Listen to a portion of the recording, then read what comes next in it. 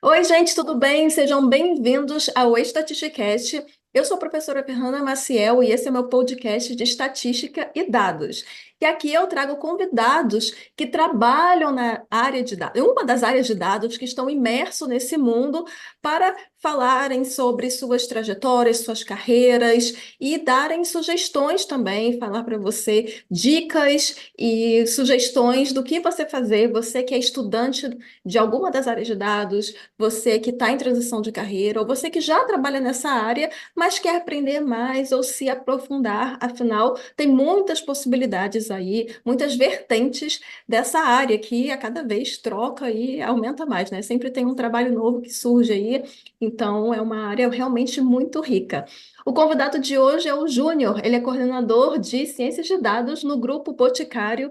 Júnior, seja muito bem-vindo ao Statisticast e agora, com as suas palavras, se apresenta aí para o pessoal. Olá, obrigado, professora Fernanda, obrigado aos ouvintes. Bom, como a professora falou, sou o Júnior, Antônio Júnior, geralmente o pessoal me conhece por Júnior mesmo. Eu trabalho no Grupo Boticário, numa área, o Boticário tem várias áreas de ciência de dados, né? Uma das coordenações é uma área voltada para planejamento de demanda, né? Então, essa área que eu já faço parte já há quase 4 anos, né? Entrei como cientista de dados, mas hoje eu estou na coordenação dessa equipe. Eu tenho uma formação em análise e desenvolvimento de sistemas, mas eu nunca exerci essa profissão, só tenho canudo, né? Assim, entrei na faculdade um pouco tarde, assim, aos 26 anos, com o desejo de ir para a área de software, mas eu acabei me encantando mais com a área de dados. Aos pouquinhos, a minha carreira foi se direcionando para dados. Acabei fazendo uma especialização em Data Science e Big Data, e recentemente, aí, no mês passado especificamente, eu defendi um mestrado em otimização aplicada. Ah, parabéns. Obrigado, assim, nossa, tirei um peso aqui das costas, né? Se bem que eu tenho bastante lição de casa ainda para concluir ali, né?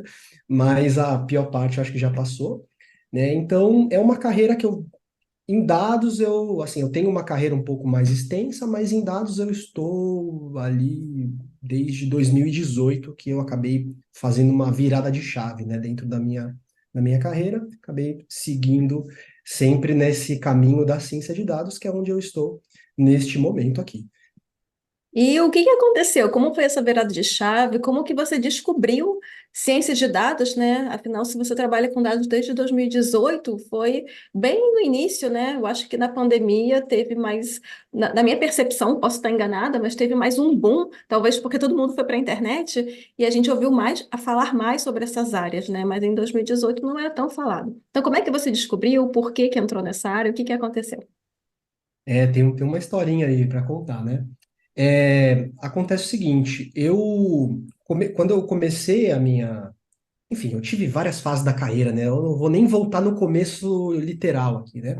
Mas eu passei uma boa parte da minha carreira trabalhando na área de óleo e gás, né? Comecei numa área mais técnica, ali, automação industrial. Depois, naturalmente, eu acabei migrando para uma parte mais de planejamento e controle de projetos.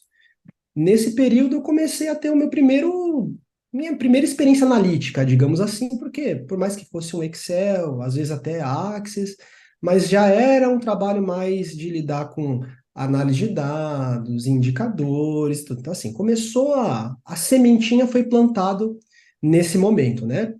E, assim, assim que eu terminei o ensino médio, né, eu nem lembro que ano foi, eu tinha o desejo de fazer uma faculdade de ciência da computação. Sempre gostei muito, queria algo voltado à computação, programação e tal, mas eu sou de Santos, hoje eu moro em Curitiba, mas lá em Santos não tinha muita opção assim de cursos de universidade pública. Para mim ia ficar pesado pagar uma faculdade particular. Acabei abortando aí essa missão, né?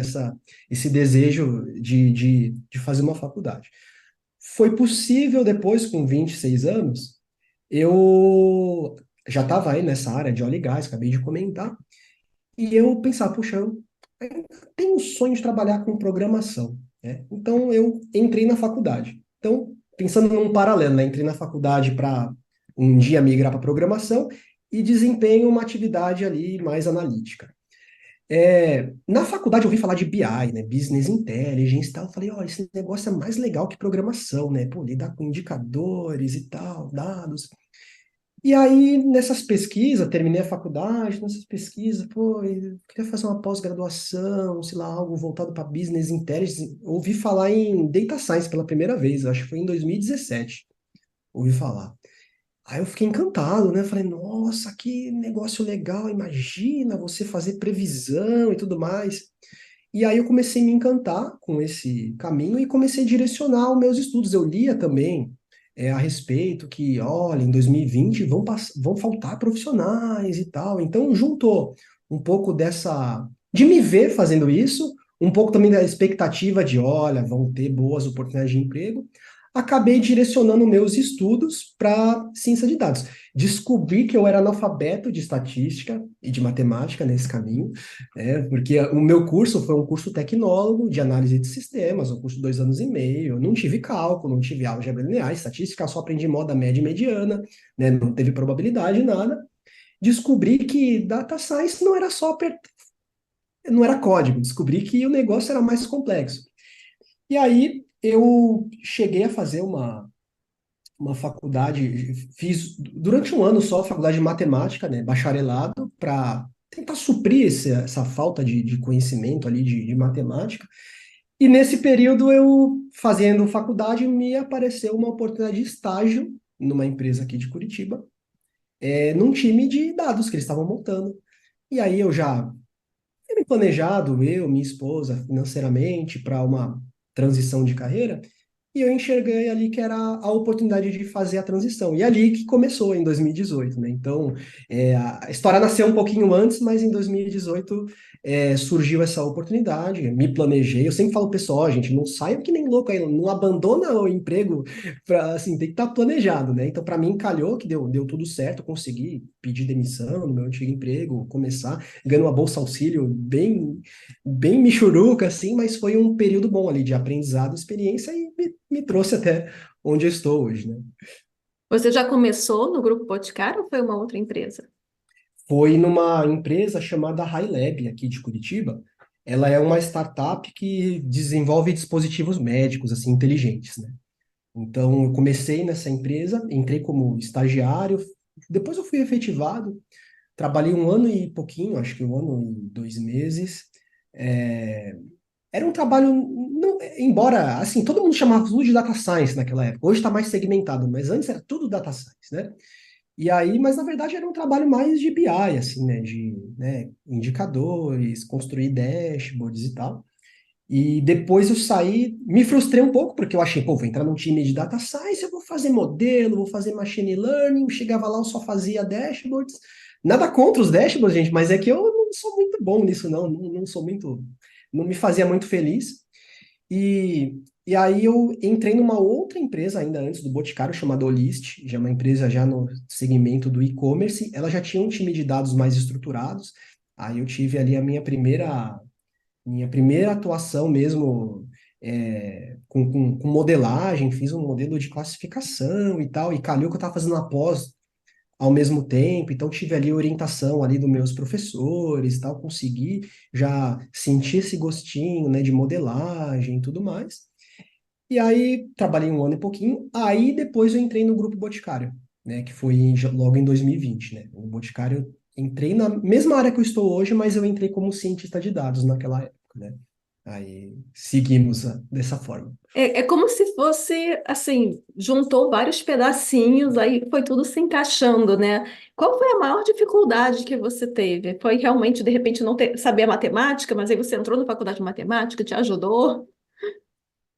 Pois é, do ponto de vista técnico, Fernanda, sim, matemática e estatística sempre foi o meu calcanhar de Aquiles, né? Porque assim, eu fiz o meu ensino médio, eu terminei em 2003, acho, né? Então, faz muito tempo, eu tenho 38 anos, né? Então, em 2003, não para mais nada de matemática, de funções, eu não lembrava nem o que era um logaritmo, assim, para te dizer a verdade, né? Quando eu comecei a estudar, aí a gente vê lá, geralmente, eu não sei por que acontece isso, depois que eu fiz o mestrado, eu tive lá inferência, probabilidade, eu cheguei a me questionar por que que menosprezam tanto a regressão linear? A regressão linear é tão complexo a teoria por trás ali, né? E às vezes tratam como, começa aprendendo regressão linear, aí, meu Deus, é muito difícil. E aí eu comecei, porque eu queria entender o fundamento por trás, né? E aí eu descobri que, meu, aqui o buraco é mais embaixo, meu, eu preciso fortalecer esse pilar. Do ponto de vista de código, meu, eu já tinha instalado de fábrica, sempre programei, assim, então para mim foi tranquilo. Aprendi R, aprendi Python, SQL, então assim, foi tranquilo, eu não tive dificuldade porque já era algo mais natural para mim. Eu persegui e persigo até hoje, caiu a minha intensidade na perseguição quando eu me tornei gestor, que agora o meu foco está sendo menos técnico, mais soft skills, gestão, né?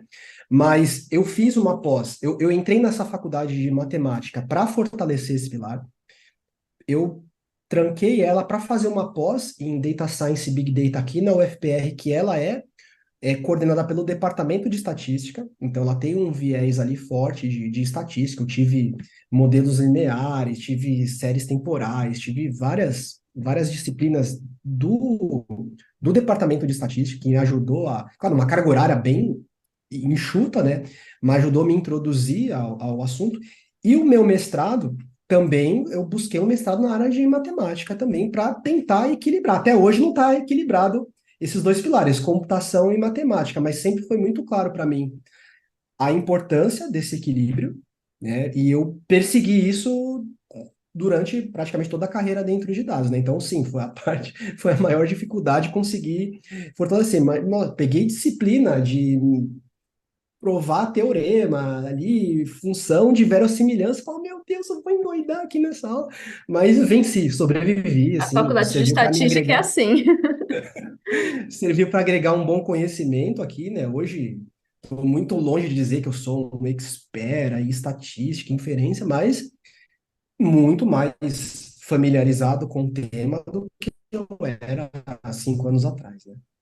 Eu acredito que você ainda continua estudando, né? Porque é uma coisa que a gente não para, né? A Com gente tem que estar todas, sempre se atualizando e tudo mais. com toda certeza. Que você, dada a sua experiência, o que você falaria para as pessoas que querem trabalhar nessa área de dados? E nessa pergunta, eu vou fazer um parênteses aqui, porque você comentou que depois que você virou gestor, você trabalha mais na parte de soft skills. Então, você vê assim que tem uma diferença, por exemplo, se você é iniciante, é júnior, de repente soft skills não precisa tanto, mas conforme você vai crescendo, precisa mais. Existe algum balanço, né? Alguma diferença que você vê aí? Boa pergunta, né? Bom, vou, vamos quebrar em partes aqui, né? Sobre, assim, né? Pensando em alguém que queira ingressar na nossa área, né? Assim, a gente passou, como você mesmo comentou aqui no início da conversa, né? A gente passou por um boom, né? Aí uns 2, 3 anos atrás, onde, meu, eu mesmo fui beneficiado com essa maré boa, né? Então, foi muito mais fácil para mim entrar na área como do que para uma pessoa que vai tentar entrar na área hoje, né? Então, eu vivi um período que me favoreceu o ingresso e a ascensão dentro da área, né? Peguei um período de expansão e tudo mais, né? Hoje as coisas estão um pouco mais dentro da realidade, porque eu acho que a gente vive um período que muita startup cheia de dinheiro, todo mundo investindo, vamos contratar um monte de cientista de dados, vai dar tudo certo, vamos gerar valor e descobriram que não é bem isso, né? As coisas, o buraco é um pouco mais embaixo. Então, hoje nós estamos mais dentro da realidade. Então, primeiro ponto, né? É, paciência é a primeira dica que eu dou, assim, as coisas não vão se resolver. Pode ser que resolva, pode dar uma sorte, tá na hora, está no lugar certo, mas na média é difícil. A primeira oportunidade é difícil para todo mundo. Não é um problema de capacidade, não é, enfim, é difícil mesmo para todo mundo, né? Então, o primeiro ponto é a qualificação e a paciência, né, para você, né, se preparar e até surgir uma oportunidade certa.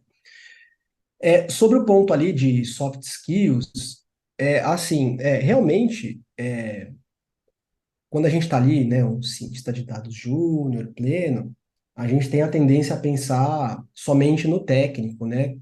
É, beleza, vamos aprender a estatística, a computação ali, a programação e tudo mais. Mas a experiência me diz que soft skills, ela é importante em todos os níveis.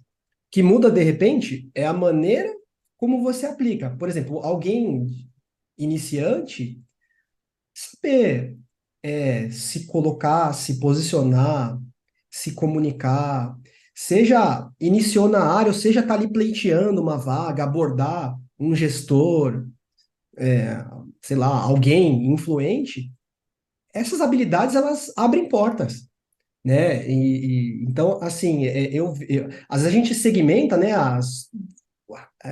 hard skills e tal, vou focar, vou saber tudo ali de estatística, de Python, de SQL, mas aí quando a pessoa tem a oportunidade de abrir a boca, né, se posicionar, às vezes até eu vejo assim, eu não quero nem que pareça que eu tô defendendo um partido ou outro, mas a gente vê muita crítica ali da GUP e tudo mais. Às vezes isso fecha portas, por mais que tenha fundamento, muitas vezes tenha razão, às vezes a falta desse tato, né, de você saber quando e como se posicionar, às vezes você pode fechar uma porta, às vezes você cria ali ainda mais remoto agora, tudo LinkedIn, tudo é rede social, às vezes você não, é diferente você ler um texto e é diferente você conversar com a pessoa, né?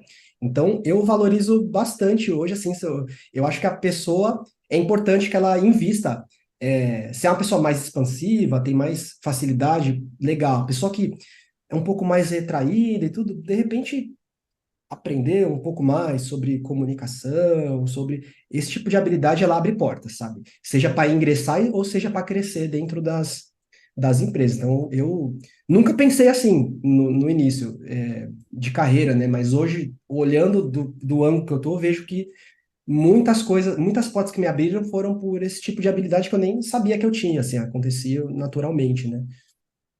E às vezes é uma coisa que você pode aperfeiçoar, né? Caso você não tenha.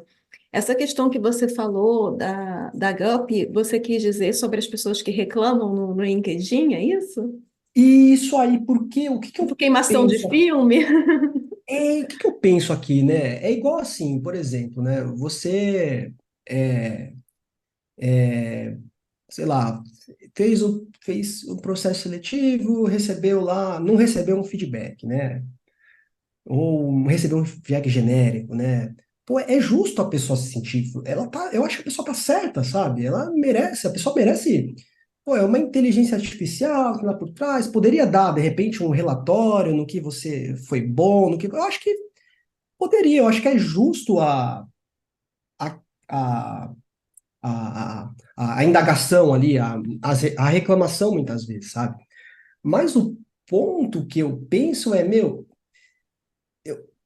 será que o que eu vou falar, o que eu vou, sei lá, me posicionar aqui, se ele tem chance de chatear alguém, eu deveria pesar o seguinte, isso tem chance de me prejudicar, por exemplo? Sei lá, existe 50 empresas, aí eu falo algo que eu deixo 10% chateada. Meu, eu tô fechando 10% das oportunidades, né? Então, às vezes é melhor a gente começa pianinho, se eu não me engano, até foi o Theo Calvo uma vez que fez um post, algo do tipo, que ele falou sobre isso. Pô, agora eu falo mesmo, abro a boca, porque agora eu posso falar. Antigamente eu não podia, então eu ficava mais na minha, né?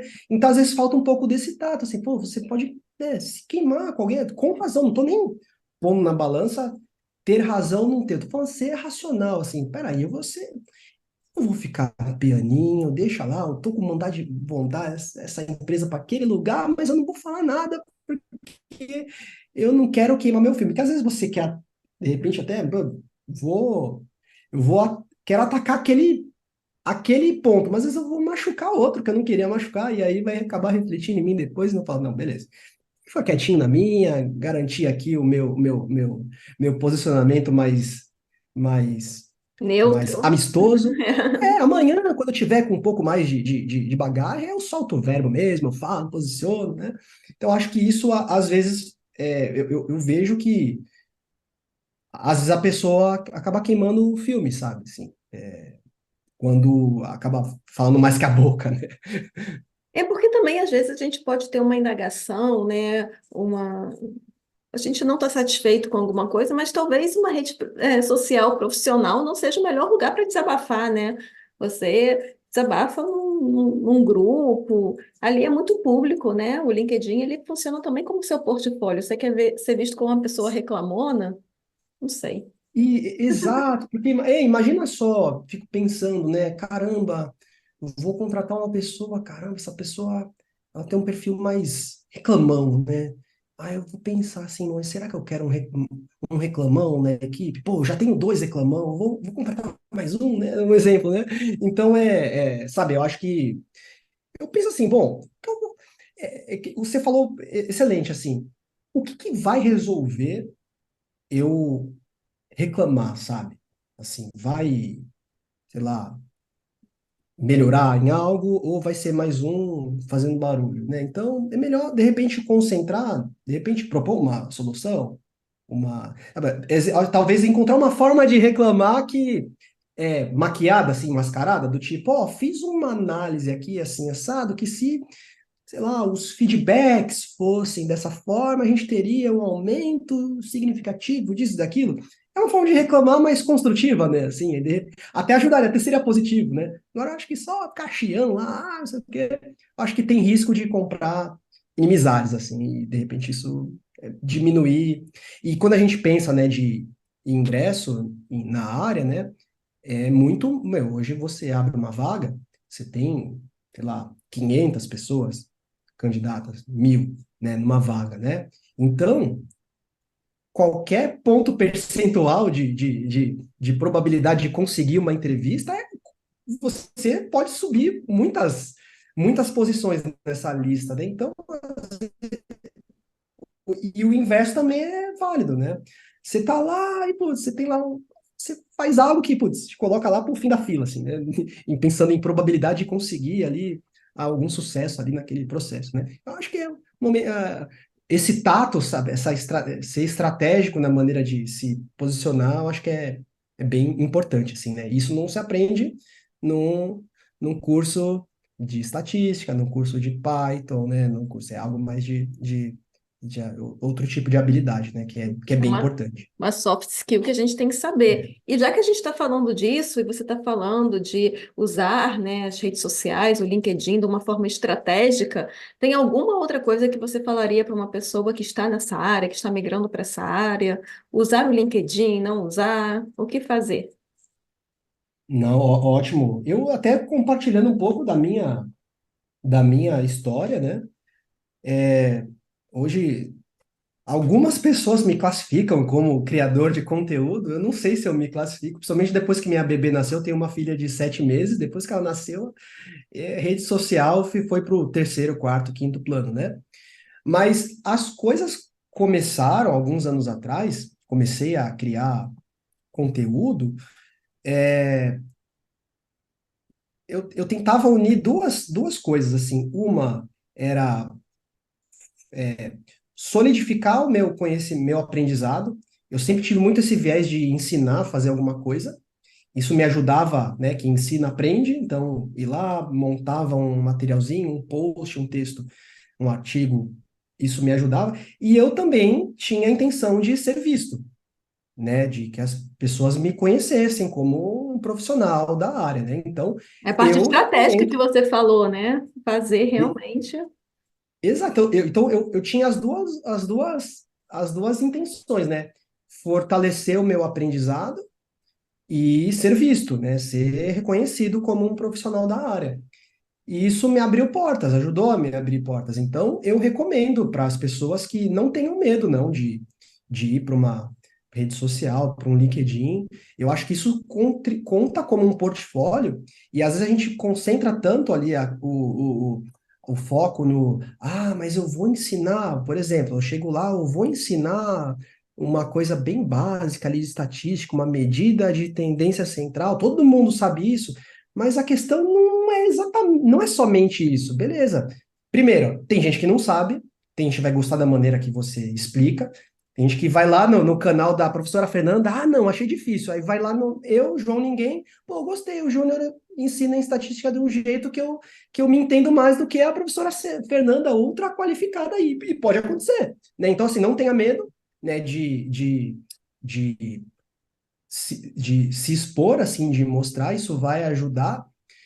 Mas tem um outro ponto que eu, pelo menos, observo bastante, a escrita, como a pessoa se comunica, como que ela se expressa. Às vezes o tema em si, beleza, não não é, não me agregou porque eu já conhecia aquele assunto, mas eu posso olhar assim e falar, caramba, essa pessoa tem uma facilidade, tem uma didática, pô, amanhã, sei lá, amanhã aqui trabalha comigo, tem que fazer um relatório, fazer uma apresentação, do tipo, essa pessoa vai tirar de letra, porque ela tem essa habilidade. Então, você está sendo visto, né? Eu acho que esse é o ponto, assim, né? Então, para quem tem, mas ao mesmo tempo também, para não causar ansiedade em ninguém, eu acho que não precisa ser um criador de conteúdo para ser um bom profissional. Eu digo isso, estou dizendo isso para quem tem já essa aptidão, essa vontade. Tipo, eu acho que isso pode abrir portas, mas para quem só quer usar para networking, para, enfim, não quer entregar nada, desenvolver nada ali numa postagem, não vejo problemas, assim, não acho que vai contar negativamente, sabe, para a pessoa. Mas para quem tem esse gosto, né, essa aptidão, esse desejo, pode abrir portas, assim. Então eu recomendo e que, inclusive, não tenha medo de postar, não se sinta é, ali menosprezado, né? Porque sempre tem alguém que sabe mais que a gente, sempre tem alguém que domina mais o assunto que a gente, sempre tem alguém que manja muito mais que a gente. Então, assim, tranquilo, né? Vai lá, faça, né? E vai, com certeza vai ter gente que vai adorar o que você vai postar. Você vai, pô, adorei ali aquele material que essa pessoa postou, me ajudou bastante, aprendi com ela, né? Então, eu recomendo. E pode abrir porta, serve como portfólio, inclusive, as pessoas vão ver lá o que você posta, né? E vão avaliar em vários aspectos, né? Não somente o assunto core ali, né? Que você postou. E por mais que seja um conteúdo simples, como você falou, né, a medida de tendência central, a aplicação que você traz como um exemplo pode ser uma aplicação que as pessoas nunca viram antes, né? Afinal, a gente pode colocar, ou até deve, o nosso background, né? Você que já tem uma experiência em alguma determinada área, agora eu falo para quem faz transição, né? A, a transição, muitas vezes, pode ser o seu caso, mas muitas vezes você não sai de uma área e vai para outra. É mais você incluir o conhecimento e análise de dados ou ciência de dados numa área que você já tem o conhecimento, né? Ou que você tem interesse. Eu acho que foi assim que você começou, né? Na empresa lá de óleo e gás, você já estava Exato. analisando dados e você nem sabia, então você foi incluindo no seu perfil. Perfeitamente, exato. E ainda mais a gente, hoje, você vai pesquisar ali uma vaga, sei lá, de analista de logística.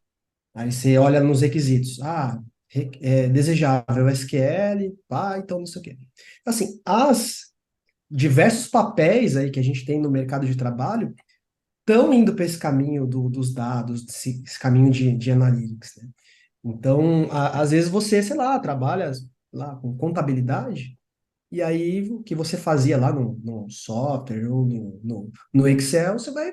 Um dia você pode fazer num Python, num Looker Studio, sei lá, numa outra ferramenta assim, mais atual, assim, de análise de dados, né? Então, realmente, muitas vezes é só você adicionar os componentes, né, que te falam. Eu falo mesmo por mim, assim, quando a gente olha, quando vai para esse olhar da estatística, nossa, na minha carreira, assim, eu já criei tanto indicador, já tirei conclusão baseado em números que eu tenho. Hoje eu penso assim, cara, como que não explodiu nenhuma plataforma, assim, como que não deu nenhum problema?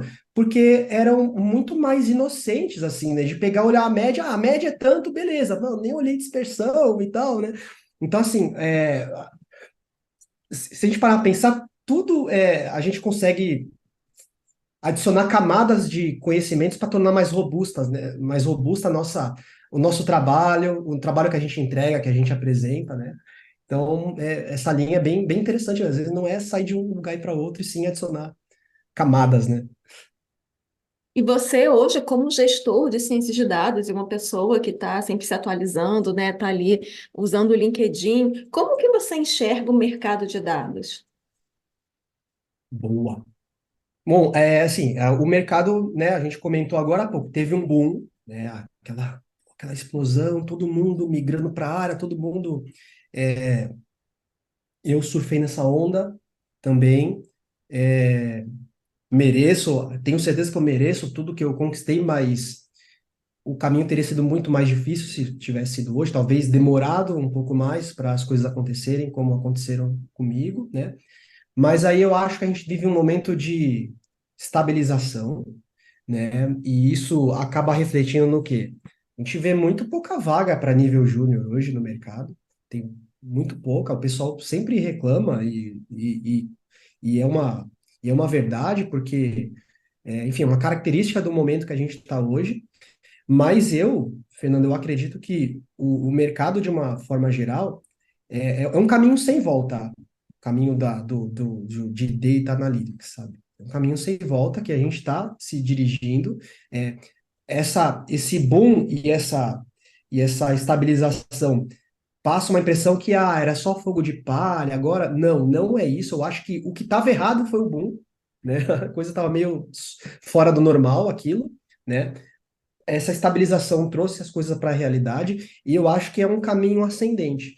E esse caminho ascendente no seguinte sentido: as empresas elas estão amadurecendo, né? Porque nessa época do boom, o que acontecia? Ah, vamos montar um time de data science aí a peso de ouro e daqui uns meses então, vamos estar lucrando horrores. E descobriram que cientista de dados não é santo, não faz milagre, né? Precisa de estrutura, maturidade, vários aspectos, né? Então, as empresas elas estão amadurecendo e à medida que elas vão amadurecendo, as oportunidades elas vão se abrindo, elas vão aumentando, vão surgindo novas oportunidades. E, e o interessante é que eu quero entrar numa empresa de data science, eu quero entrar num time de data science. Mas o que eu vejo, me parece uma tendência que uma pulverização disso, sabe? Não ter um time de data science, sim uma área funcional que faz uso de data science, né? Então, ali você vai ter uma área de logística, uma área de marketing, que as pessoas são capacitadas para fazer uso de data science para tomarem decisões e, enfim, extraírem valor dos dados, né? Então, é um caminho que é ascendente, talvez num ritmo mais lento. Então, é importante que as pessoas tenham paciência e se qualifiquem desde já. Porque na hora que a oportunidade chegar, essa pessoa está preparada. Fazendo um paralelo igual ao mercado de ações. A pessoa que deu aquele pico, quem ganhou dinheiro foi quem pensou nisso bem antes, que lá investiu na época que enxergou que isso poderia acontecer. Quem vai na onda agora já perdeu o time, tá arriscado até perder dinheiro, né?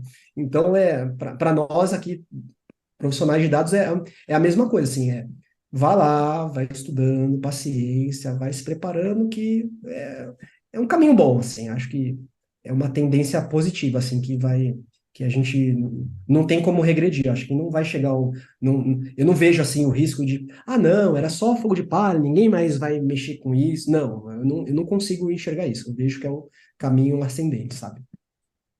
Você mencionou que não tem muitas vagas para analista de dados júnior.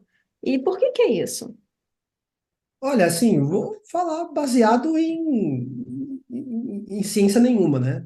Mas eu acredito, Fernanda, que é uma empresa, para ela montar um time de dados, ter ali um profissional júnior, para essa pessoa se qualificar, ela crescer, ganhar musculatura, para amanhã ser um pleno, um sênior, essa empresa precisa ter maturidade no contexto de dados, né? Imagina uma empresa que quer algo para ontem, né? Um profissional júnior não é essa pessoa, né? Então tem muita empresa querendo o santo milagreiro, querendo o full stack ali, para chegar lá e fazer o BI, fazer engenharia de dados, fazer o modelo preditivo, fazer tudo. E isso, o profissional júnior não vai entregar isso, né? Então tem muita empresa ainda nessa ilusão de querer as pessoas mais, naquele momento, a pessoa que vai resolver o problema dela, todos os problemas, né? E no final das contas, em muitos casos, não é uma pessoa, é uma cultura que precisa ser construída, né? Precisa ser solidificada, né? Então ainda tem poucas empresas que têm essa cultura bem sólida, né? Estamos num momento embrionário aqui. Isso não é nenhuma crítica às empresas que não atingiram esse nível de cultura. É momento mesmo, né? Então, acho que vai chegar uma hora que isso vai ser mais comum e que aí as oportunidades para júnior, para profissional júnior vão ser mais abundantes, né? Eu acho que é uma característica do momento mesmo que impede isso, sabe?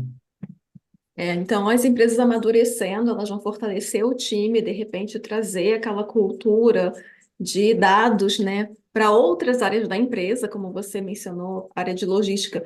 A empresa que ela quer ser data-driven, ela não vai ter, eu sou data-driven, eu tenho um time de dados. Mas a pessoa ali do administrativo, ela nem sabe, sei lá, interpretar uma média, ou não sabe interpretar um gráfico, né? Também não pode, todo mundo tem que ter ali um conhecimento, você concorda?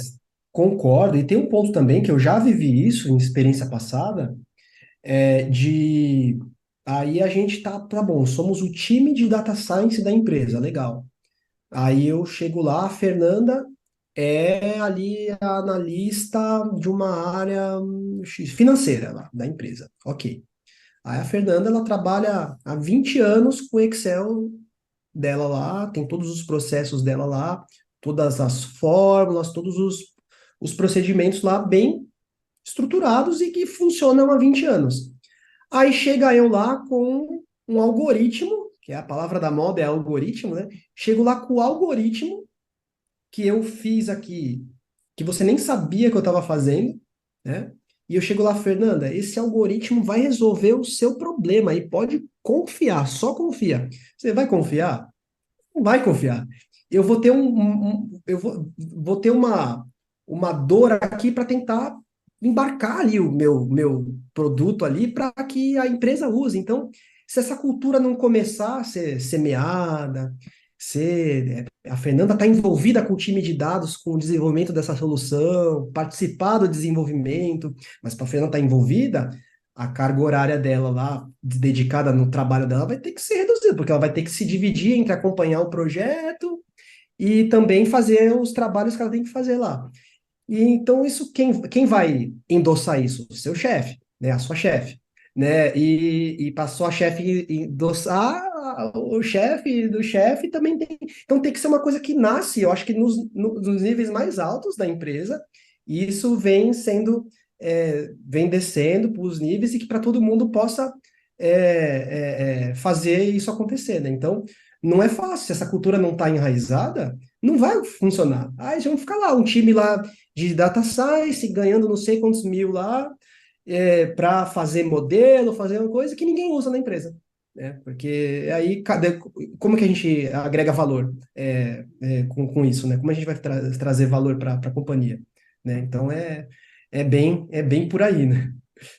E infelizmente, muita gente, em muita empresa, eles não têm essa, não somente eles não têm essa cultura, como você tem que convencer o seu chefe, né, de repente, a usar dados, né? Eu já tive aluno que falou, olha, eu tenho esse trabalho aqui, o que que você acha que eu posso fazer para mostrar para o meu chefe que isso, sei lá, vamos supor, o algoritmo, né, que está na moda, que usar esse algoritmo é o ideal, que vai trazer mais benefícios. E é aquilo, né? Trabalhar em relação a custo-benefício, trabalhar. Não é convencer assim, olha, a gente tem que investir nesse software porque é melhor, porque eu vi na internet que é bom. Não, seu chefe vai falar assim, tá, mas e aí? Por que que eu vou fazer isso? Por que que eu vou investir? Então, você trazendo, né, olha, a gente vai, a sua funcionária aí, né, que é a Fernanda do financeiro, que está trabalhando no projeto, ela vai entender que ela vai dedicar um tempo, né? Claro, né? O gestor dela estando incluído aí na ideia, mas depois esse algoritmo vai facilitar a vida dela. Então, é um investimento, né? Então, é isso que a Exatamente. gente precisa entender. Os gestores precisam ter esse conhecimento, né? Também fazer networking, falar com outras pessoas, falar com outras empresas. Eu não sei se as pessoas são meio cabeça fechada às vezes, né? Talvez uma pessoa mais velha, não sei. E parece que ela não quer se abrir a novas possibilidades. Você vê isso no seu mundo aí, corporativo? Teve essa experiência? Olha, eu já tive essa experiência na carreira, assim, em alguns momentos, e, e é uma coisa assim, eu já vivi os dois lados, né? Já vivi esse lado de querer convencer, de querer provar que é bom. É horrível trabalhar nesse regime, assim, porque meio que, você além de desenvolver, você tem que ser vendedor, né? E é muito ruim isso. E trabalho atualmente numa empresa que já é algo assim, cultural. Já está É uma empresa enraizado. que exatamente. Então, isso facilita demais. É claro que a empresa é muito grande, ela está ainda, eu diria que tá, tá crescendo essa cultura, né? Mas pelo menos no meu círculo ali, essa cultura já é bem enraizada, algo que começou também há alguns anos atrás, né? Então, novamente o que eu falo, assim, reforço que isso não é uma crítica, é um status, né? Porque, por exemplo, o próprio Boticário já tem modelo de machine learning rodando desde 2015, né? Onde muita gente nem. Eu não fazia ideia do que era machine learning em 2015 e o Boticário já fazia machine learning, né? Então, assim, é natural que uma empresa que em 2015 para 2024 está num nível de cultura de dados diferenciado com relação à empresa que começou a mexer com isso ano passado, né? Então é natural. Então, novamente, não é uma crítica, é um estado, né? Mas eu vivi esse outro lado de ter que convencer, de ter que vender, às vezes até para o próprio chefe e tudo mais. E hoje eu vejo como é bom você não precisar ser um vendedor, você está comprado, porque você está alinhado com a estratégia da empresa. Ó. Vamos supor, desenvolver um modelo de previsão está alinhado com a estratégia da empresa em reduzir determinado indicador e de aumentar determinado percentual de lucro e tudo mais, né? Então, esse estar em sintonia com a estratégia da empresa, meu, é muito bom. Mas isso só acontece quando essa cultura já está enraizada, né? Então, esse é o grande ponto, assim, que acaba refletindo muitas vezes no indivíduo ali, no profissional que quer ingressar na área, está começando. Boa parte das pessoas deve viver essa realidade que a gente acabou de falar, de ter que vender, faça um modelo que ninguém usa, cria um dashboard que todo mundo Ninguém critica, vê. prefere exportar para Excel do que usar o dash que eu criei, né? E eu acho que é uma questão cultural que isso vai, ao longo do tempo, vai melhorando, sabe? E você falou agora sobre não precisar convencer, né? Porque você faz um modelo aí de previsão, as pessoas já entendem sua importância. Você também falou no começo que trabalha com previsão de demanda. Você pode falar um pouquinho sobre essa parte do seu trabalho no dia a dia, né? O que exatamente você faz e qual é a parte mais legal que você acha desse seu trabalho? Ah, não, muito bom. Só para dar um contexto, né? O Grupo Boticário é indústria e varejo, né? Então, muita gente conhece o Boticário ali, uma loja, né? Na hora que você vai fazer a compra de um produto ou o site, mas tudo nasce na fabricação. O Boticário fabrica os próprios produtos, né? E a área que eu trabalho é uma área que tem como objetivo final municiar a indústria, orientar a indústria o que ela vai precisar fabricar, para poder atender uma demanda futura. Então a gente começa prevendo o que vai ser vendido para o consumidor final, para a gente poder chegar baseado no que a gente prevê de vendas e a gente poder orientar a indústria, que ó, estamos indo nesse caminho, né? Então você planeja a sua produção considerando isso que a gente está te dizendo, né? Claro que é um processo que envolve não somente data science. Data science é a ferramenta, mas tem ali um time bem qualificado de planejadores que fazem uso do output dos modelos, mas tem o dedo humano ali, a análise humana também, porque modelo não é bem difícil prever. O Boticário tem milhares de produtos, como é prever bem, né, um modelo, um algoritmo, prever bem todos os produtos é uma tarefa bem desafiadora, né? E aí no nosso dia a dia, né?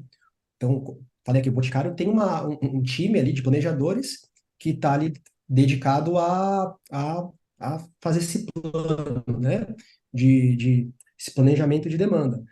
Então, o Boticário tem a sua própria aplicação integrada, né? O Boticário tem uma área de tecnologia bem grande, né? Então, desenvolveu a sua própria aplicação para tratar das fases, né, de planejamento de demanda. Uma dessas fases são os modelos de previsão, né? Então, a minha equipe, ela está plugada nesse produto maior como uma das jornadas, né? Que é a jornada para gerar ali as previsões. Então, a minha equipe hoje, ela está focada em melhorar os modelos que nós já temos, manter funcionando, né? E evoluir esses modelos para que a gente, ao longo do tempo, tenha aí a melhoria contínua deles, enfim, experimentar novas features, fazer alguma adaptação do tipo, e também ampliar os nossos tentáculos de data science, porque Boticário tem várias marcas, é um grupo muito grande. Então a gente ainda não abrange 100% ali dos produtos, então das marcas. Então a gente começa ao longo do tempo também, beleza, agora vamos fazer um modelo de previsão para essa outra marca aqui que ainda não tinha, estava ainda num processo um pouco mais manual. Então é um trabalho aqui do meu lado que ele é bem ele é bem, acaba sendo bem operacional, a gente está bem operacionalizado, porque tem um processo bem sólido de planejamento de demanda. Nós somos uma das etapas, e ele, para quem aí já mexe aí com data science, machine learning, ele acaba sendo bem específico, porque acaba sendo muito focado em previsão de série temporal, né? Então, é algo que a maioria das pessoas acaba, quando aprende ciência de dados, aprende ali classificação, regressão, mas num contexto mais transversal ali, né? No nosso caso é com foco ali, tem essa especificidade, né? Então, é importante que os cientistas e as cientistas do time tenham essa, essa experiência e conhecimento mais dedicado ali para previsão de séries temporais. Muito embora a gente não use métodos como Arima, né, Routine Winters e tal, usa machine learning mesmo, mas não deixa de ser uma previsão de série temporal ali no nosso dia a dia, né? Então, é um trabalho assim que eu brinco com o pessoal, pô, nosso trabalho não tem muito glamour, né? É um trabalho bem operacional, porque olha outros times, pô, o pessoal tá fazendo um trabalho, pô, super legal, assim, super digno de post no LinkedIn, pô, meu trabalho pô, uma previsão de demanda, né? Não tem Digno graça, de né? post no Mas ele é LinkedIn foi extremamente importante. ótimo. O meu trabalho tem, pô, Classificação de fez. trabalho. Você trabalha um ótimo post no LinkedIn e um E post no LinkedIn. Exatamente, né? Colocando nessa classificação, meu trabalho, o trabalho que a gente faz, não é glamouroso. É um trabalho, assim, operacional. Mas ele é bem importante, assim, para manter, assim, imagina que um plano ruim, a gente pode causar aí a falta de um produto na ponta ali final, né? Ou a gente pode se sobreestocar de um produto que não vai vender tanto assim naquele período, e isso gerar um custo para a companhia, né? Então é um trabalho extremamente importante que a gente faz em colaboração ali com a área de planejamento de demanda, mas não é glamouroso, né? É um trabalho operacional, né? Acaba que o nosso trabalho é manter modelo e criar novos modelos, eles são é, tem bastante sinergia um modelo com o outro, são bem parecidos, variáveis preditoras quase as mesmas, alguma especificidade, então assim, meio que mais um modelo, né? Vamos fazer mais um modelo parecido com o que a gente já tem, né? Meio que quando eu brinco do glamour é isso, né? Mas tem uma importância bem grande assim dentro da companhia. Legal. A gente está se encaminhando ao final do podcast, Júnior, e eu queria agora que você desse as suas sugestões, se você puder deixar uma sugestão de livro e de uma pessoa ou um canal que te inspirou já muito e assim pode inspirar também nossos ouvintes. Ah, que legal. Bom, a gente falou bastante aqui de soft skills, e eu vou seguir para essa linha. E eu vou recomendar um livro bem manjado, mas que eu li aí depois de velho, e eu gostaria de ter lido com 20 anos, que se chama Como Fazer Amigos e Influenciar Pessoas.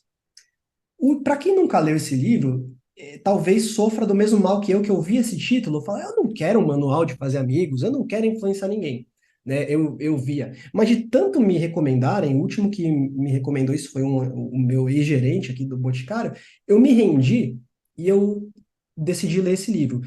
E eu falei, meu, isso é um livro não só para o ambiente profissional, mas para a vida, né? A gente aprender a lidar com outras pessoas, ser mais empático, entender um pouco mais do outro lado, saber como é, tocar aquela pessoa. Assim, o influenciar não é no sentido de ser mal intencionado, não é manipular, né? Assim, é no bom sentido, sabe, gente? Então, é um livro que eu se recomendo demais.